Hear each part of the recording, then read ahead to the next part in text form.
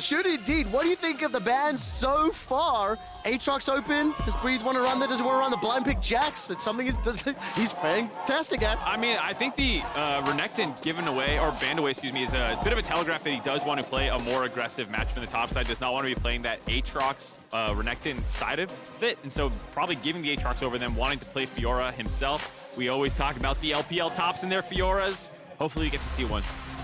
Well, we'll see what happens in just a few moments. First pick was the Graves, followed up by the Misfortune and Blind Lillia now. We saw Lillia top lane earlier. It was okay. It did its job, I guess. How dare you? I love the top Lillia tank with the not going for Leandries, instead going for the Riftmaker. That was a cool drain tank identity. Didn't end up, like you said, I thought it looked good. This will probably be jungle. I doubt you're just blinding it. That was my guess too. Not that strong. Aatrox taken in.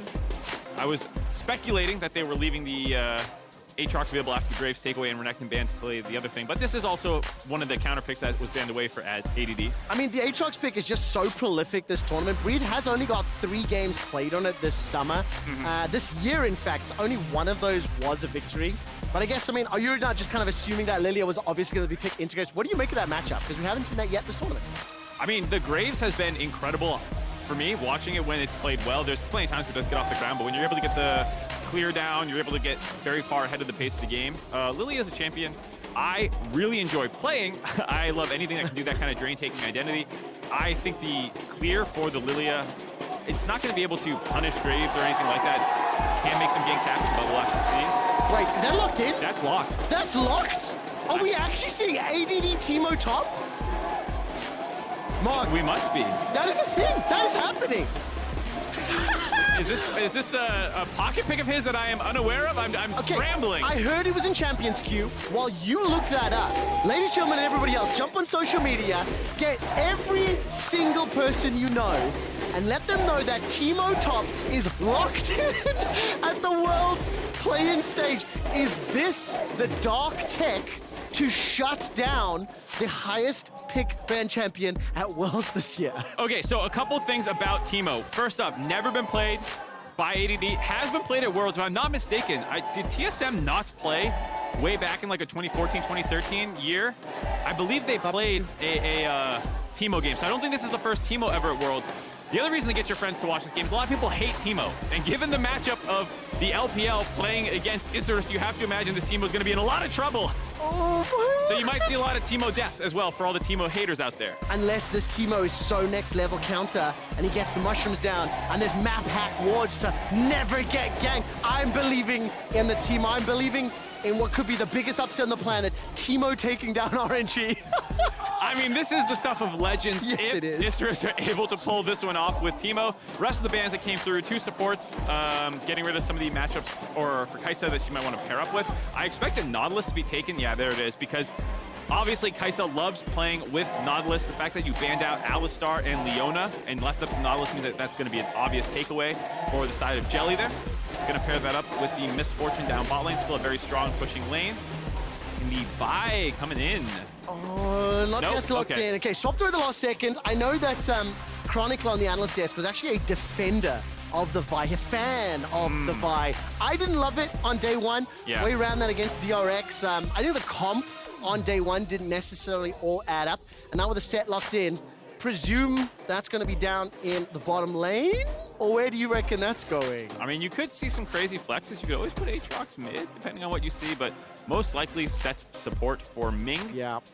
And then they need some magic damage pretty badly here. I mean, you can always do some AP Kaisa builds if you really wanted to, but most likely mid lane coming in. I took a quick look there. Ming has played support Sett 4 times this year. Only won 1 game on that particular champion.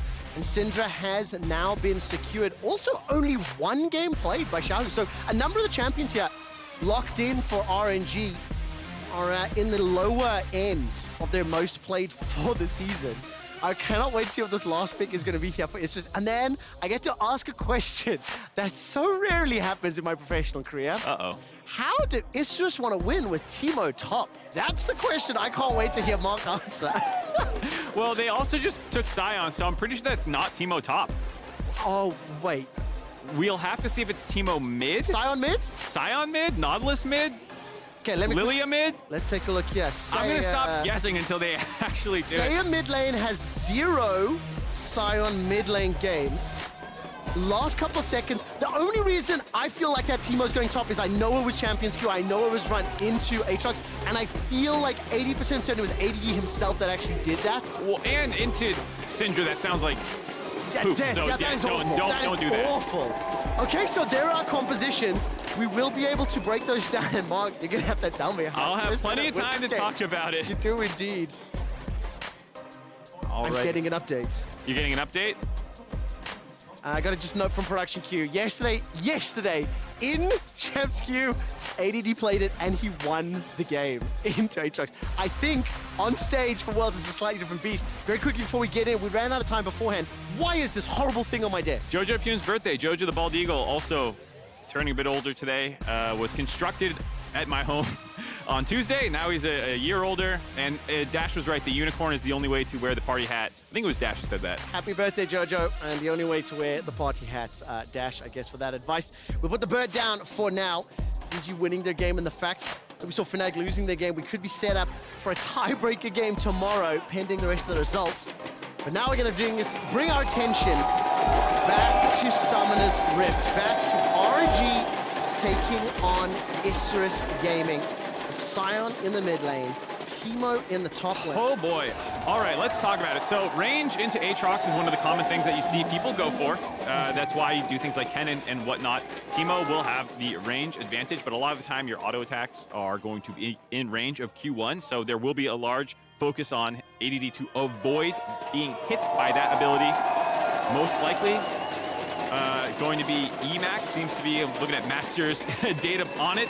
The preferred build that they go for that consistent damage, weaving in autos, kind of kiting out that Aatrox. Well, listen, you just talked about how Teemo's so good into those melee matchups. I do want to reference one other melee matchup, Nasus. Make sure to grab your exclusive Very Nasus Much WoW emote from Prime Gaming by connecting your League of Legends account with your Prime account. And you can see all the details on your screen. I don't think I had that segue quite as good as Freak did yesterday, but I will work on it, team. I will get back to it. People do often play Teemo into Nasus. You get to blind him when he tries to get his Q stacks up. A similar thing here for also Aatrox passive when he tries to get the steal on you, the extra healing from when that comes up. You can blind him when he's trying to auto you during that time period. You truly made that bad link I did much better by marginally better this game. Oh man. Okay, so we saw ADD already. He was stealthed up in lane, trying to do the same thing again. Breathe is just waiting before the minions die. And I imagine the observers will be watching this matchup a lot, and I imagine Breathe is gonna hate his life for the opening few levels. I assume it'll be somewhat difficult. I mean, if you do land the Q-tippers, you're not feeling too bad.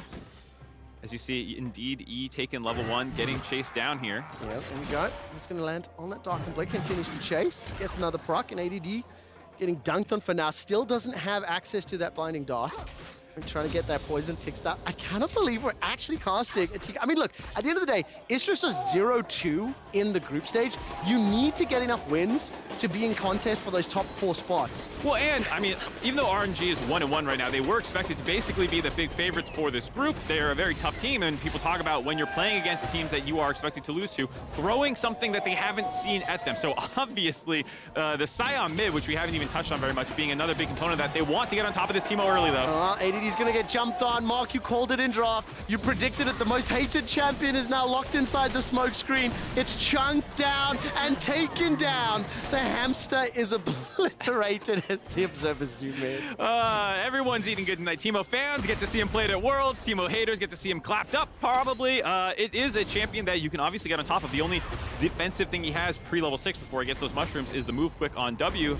And, you know, that's not that great of an escape when Graves is already showing up behind you. Not at all. And down in the bottom lane, Ming and Sett's going to be able to pull Jelly forward, get a burst of damage onto Gavotto as this gigantic minion wave is shoved all the way under tower. That's going to unlock already an early roam, and Wei continues to apply pressure. I mean, he's going to dash over with that quick draw, gets a lot of damage down. The minions are currently blocking. He's run out of ammo. Xiaohu will force the flash, and here comes Grell. Not going to be able to do anything with that boulder toss, and Xiaohu and Wei, they'll get themselves another summer spell. 2 successful ganks already at 3.5 minutes, Mark. This is already looking problematic, shall we say. Yeah, I like what Wei's done so far. He kind of left his entire bot side of the camps up so that he could go ahead and just impact these side lanes early on, solo lanes early on, getting up there, killing Teemo, now getting mid lane, some sums down as well. Flash out on the Sion. You're concerned, of course, about Sion just doing these kinds of like AFK pushes and then roams around the map. There's nothing to me that screams like this is a Sion angle.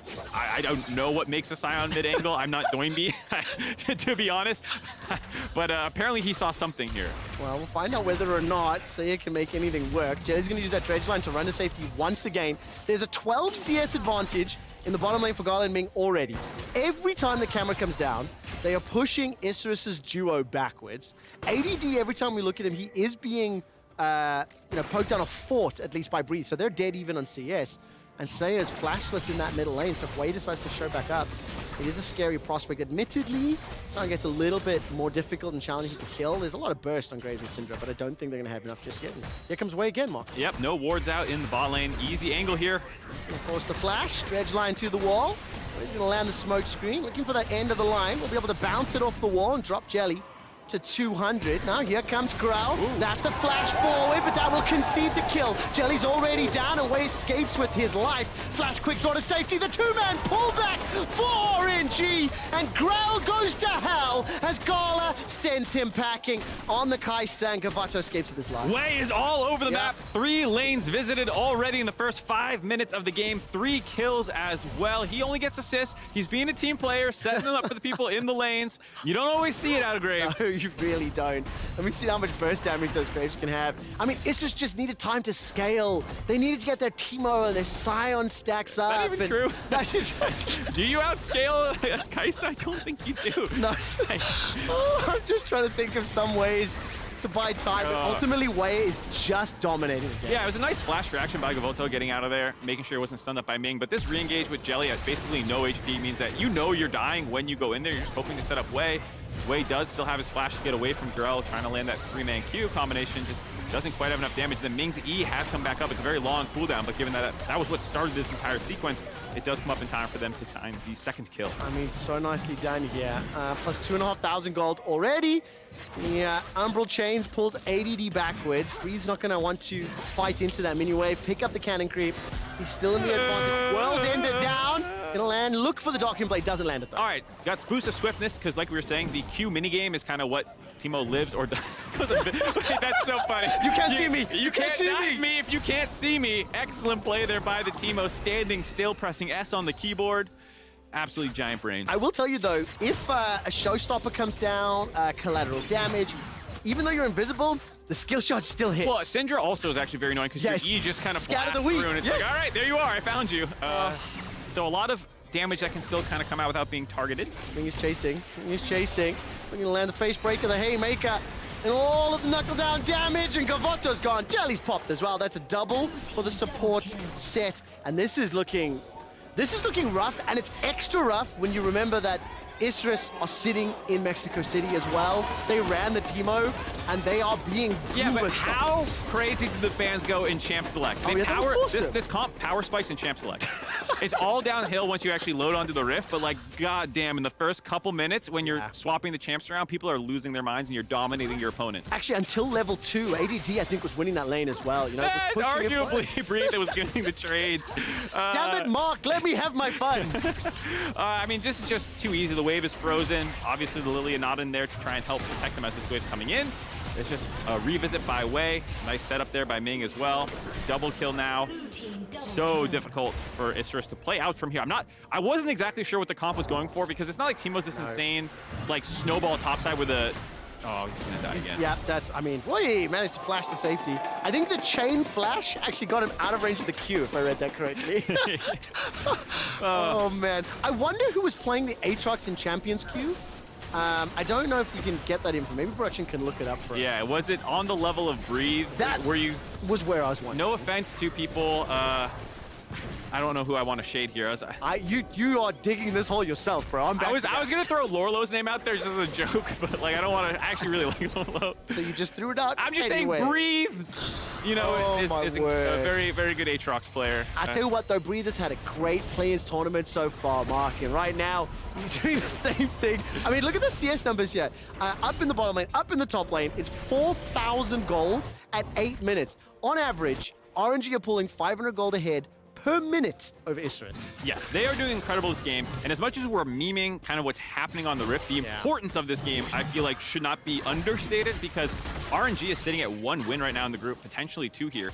They are in 4th place, actually, in the group, just based off the current standing. If they win this game, they'll be slightly ahead of Saigon, who's at 2-2, but then you also have Mad at 3-1 and DRX at 3-0, and you were coming in expected to dominate this group. Everyone's like, MSI champions, LPL so stacked, they have 6 teams who can win Worlds. Uh-oh. ADC is being supported here. Grell manages to help pick up the kill, and listen to the crowd going mad. I do like the direction you're going, though, because RNG will be playing Saigon Buffalo tomorrow. You still anticipate they should be able to manage the aggression of Buffalo's third down. But more importantly for me, DRX Mad. I want to live in the Hopium world. If Mad take down DRX, we could have a 3-way tie at the top of the table. That means tiebreaker games, baby. And you know Europe loves their ties. Everyone loves their tiebreakers. It'll be crazy, too, because that also means that, you know, if that doesn't happen, maybe RNG is playing in the 3rd, 4th match, and then whoever's sitting in Group A on the 2nd seed has to deal with RNG coming at them. So a lot of people watching this game with, you know, trying to see what RNG is showing here. The first kill on the Breathe, though. Teemo's, you know, on the board, getting going. I mean, Grell, he got the assist. Grell secured the kill is the way I should have said that. But this is an uphill battle. I'm going to do something that's super not fair here. But Mark, when you're down 3,000 gold for 10 minutes and a dragon, yes, how should Isurus play this in theory to try and claw the game back? Well, I'm very experienced playing from this position, but I don't know how to win from it. Ah. I find myself down quite a bit in a lot of games. I think, like, realistically, if this is somehow going to... Oh, hold on. Yeah, this needs to stop happening. This needs to stop happening. Showstopper comes out. Gala's still got the killer instinct available to him. Repositions. Hasn't yet found the final shot, but the ball time goes down. Gala summon a heal. Keeps him alive before Wade secures the kill. Grell gets another back. 1-for-1 in the bottom lane, but that is Seiya who gets stunned up from Scatter the Weak, and now Jelly's in the fray. Definitely got too much jelly for this setup and backing out. Okay, 1-for-1. That's not too bad for Isurus. The fact that they were able to get that kill did go onto the Lillia as well for Grell, but unfortunately they're all so low on the tail end of that they're going to lose at least 4 turret plates down here, probably the entire turret, given that there's nothing else that RNG needs to respond to on the map. They can stay down here and actually finish this turret off. And now we see up in the top side, no flash for the Teemo. Oh, 0-2-1. Breathe gets another solo kill. The idea or the concept that I was pitching in draft that Teemo was the counter that worked in Champions Queue, not working out today on the big stage. No, not working out. I think, like, when you're asking how can they win, you talk about stop the bleeding in the bot lane, maybe keep making plays happen in the top side. You start getting that kind of landmine-filled top side of the map where you just have all these mushrooms down and Teemo can push. But realistically now, you're so far behind the Aatrox, who is probably getting pretty close to Eclipse money with that kill and the turret plates that he's getting now. I mean, at the end of the day, Grell, can you handle this? Seiya, can you handle this? Gavotto, can you handle this? Because ADD is being bullied, and I don't know if they're ready for this. ADD, once again, going to have some support from Grell. 2-1. Got the mask completed, and Breathe, flash available, no world ender. He's going to take the Q. There is a lot of support coming. The entirety of Royal never give up. Grell's already used an ultimate. Put Breathe to sleep. Blooming blows come out, and ADD will find the reply kill. Ming is now keeping Seiya and Jelly busy as Grell gets taken out in the top lane. It ends up being a 1-for-2 in favor of RNG. RNG are able to collapse. Breathe does a good job kiting that one out. Almost killed them by himself. Was getting a lot of damage done there, but now with the collapse coming in, also top turret plate's going to start going down. Gold lead going from bad to worse. I think this is going to be on track for the largest gold lead at 15 minutes. I will take note of it and double check that with the stats team, but it is running away. Multiple plates, the tower down bottom, 6 kills to Dragon. I mean, Infernal's up in 2 minutes as well. It has been a masterclass in how to kill your opponents. Just using literally the comp that RNG put together. Yeah, I mean, they've kind of been dominating them in most of the lanes. Mid lane's probably been the least interactive one, but that is kind of how a lot of Sions go. You just kind of EQ the wave, the other person goes, darn it, all right. But Xiaohu has gone and been on the map. He was actually in that bot lane play first. It was Seiya ulting down there. Xiaohu has always been such an incredible team player roaming around the map. And even in a matchup where the other guy should have that advantage, Xiaohu is still making the plays happen. And you know, because of all of the excitement from draft and some of the surprises, we haven't even spent like 5 minutes celebrating Gala and Kaisa, you know, that's the signature champ. I mean, there'll be some people on social media being like, come on, we're 13 minutes in, you haven't said it? Yeah, sorry, I was talking about Teemo. Yeah, and exactly. Yeah, my bad. But yeah, Gala on one of his signature champions is why also one of the reasons that people were so excited about RNG this Worlds was it felt like the meta was potentially shifting towards Ming and Gala's favor. Ming as well, for me, has always been much more of the engaged support. His Nautilus is absolutely disgusting, and when you had this kind of Enchanter heavy meta, it did not feel like what Ming's strengths are, which is, for me, engaging and making plays around the map. I've got some meaningful stats for you in just a moment. Seiya's going to get jumped on. A lot of bursts from these two champions, but it will take a lot to burn through this Sion. And he's made his way up as well. There's a couple of pings, a lot of vision from RNG. But very briefly, Gala's played Kaisa 5 times this year. All 5 of them are victories, undefeated. In terms of his total professional games, 80 completed, and he's leaning on that right now to find the kill with the help of Ming. Just to put some numbers in, I mentioned this day before yesterday when I was casting, but most played 80 professional games, 65% win rate on Kaisa for Gala. His next most played is Aphelios at 56. Your champions are pretty dominant in the meta so far in play-ins. Both of those looking pretty good. Yeah, looking pretty good for RNG. Not looking so good for the Teemo. No. The roaming Teemo, not necessarily what you are known for. Who would have guessed? The flanking Teemo coming in with the blind. Uh-oh. Oh, my words. Oh, that's a lot of damage. Jelly's taken down. Bullet time once again thwarted by the heal, and I love the thumbs up. Did pad the DPM numbers, though, so on the post-game breakdown graphic will look a little bit better. You're playing for that kind of right now, maybe. I used to play a lot of Battlefield 2 many years ago, and that tracked everything from like steps in-game to heals, revives, things like that. And I exclusively played the medic class because I could pad all my stats, and I just got all the points. So it was like you get more XP grinding as well. Yeah. Look at total gold. That tells you something. Grell with the 2 kills, the only member competing to RNG, and then every other member of RNG. But look, when you got, what, 8,000 gold at 15 minutes, it's significant. Yeah, I wonder if we did one of those side boops that come out from the left side that show the gold. I want to see if RNG is richer than literally every member of Isurus. I can check myself, but I just want to see how it looks. Yeah, it's gonna look, as the Aussie casters would say, disgusting. I know it looks funny, so hopefully we, I don't know if production was ready for me to hot potato them and suggest normally, young Padawan, use the talkback, so you can prep them, it looks smooth, No, this is like collaborative. Now Twitch chat gets to listen. I'm sure. Production team scrambling. Where's the button? Where's the button?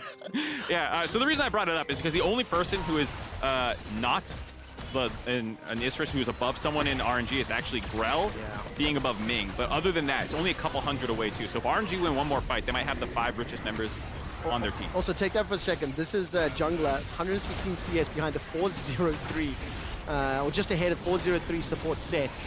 Another tower, and the Rift Herald gets charged down onto the middle. It's swapped, and they're approaching 10k. Yeah, this is getting very difficult to see how Isurus has any way back in the game. RNG, I assume that they're just going to try and slam this game. They do have another game later today, so I think that they will probably want to get out of this one as fast as they can, start getting ready for that second game. The Wildcats will probably not be considering Teemo. You don't think they're exposed? Sometimes. No, I don't think so. Here's the thing, Trevor. Okay. Sometimes the team that finds the blueprint doesn't actually win the game. They didn't have the skill to necessarily execute it or something. They had a bad coin flip level 1, you know. But you showed the weaknesses in RNG of the Aatrox Teemo matchup. So now Wildcats just need to take it. I would look into my crystal ball, and I would say the team most likely to try Teemo top into Aatrox, out of all teams competing at Worlds, I believe would be G2 eSports with Broken Blade playing. I think they would be the ones I would make on my 50-50 prediction. As now Seiya is being chunked out and run down once again by the Grave Syndra combo. Forces the flash, follow-up flash from way 1,500. ADD's blown up, solo killed once again. Stats team, can we track how many solo kills Aatrox has onto Teemo?